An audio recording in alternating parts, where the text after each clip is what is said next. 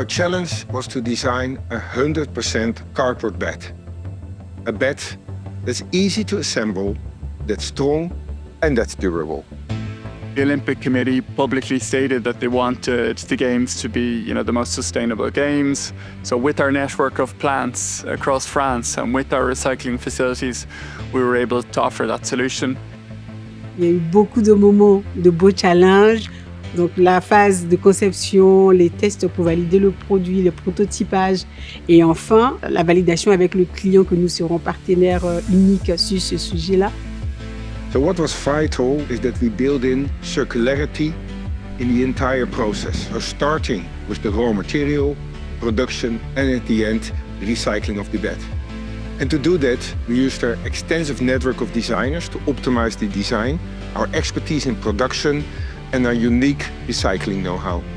Innovation is inherent in how we design packaging and circularity in Smurfit Westrock. And we found a very special solution for the customer after many, many trials. And this in the end was patented. So this is a solution which only we were able to propose. It was a validation of the processes we have in our plants as well in terms of quality and service. Testing of the bed took place in France and Japan, including drops of 100 kilos. The production was done in 4 different plants. And now the Olympics are over. Several Smurfit Westrock mills are used to recycle the bed to a new, valuable raw material. After the Games, the beds were taken down from the rooms.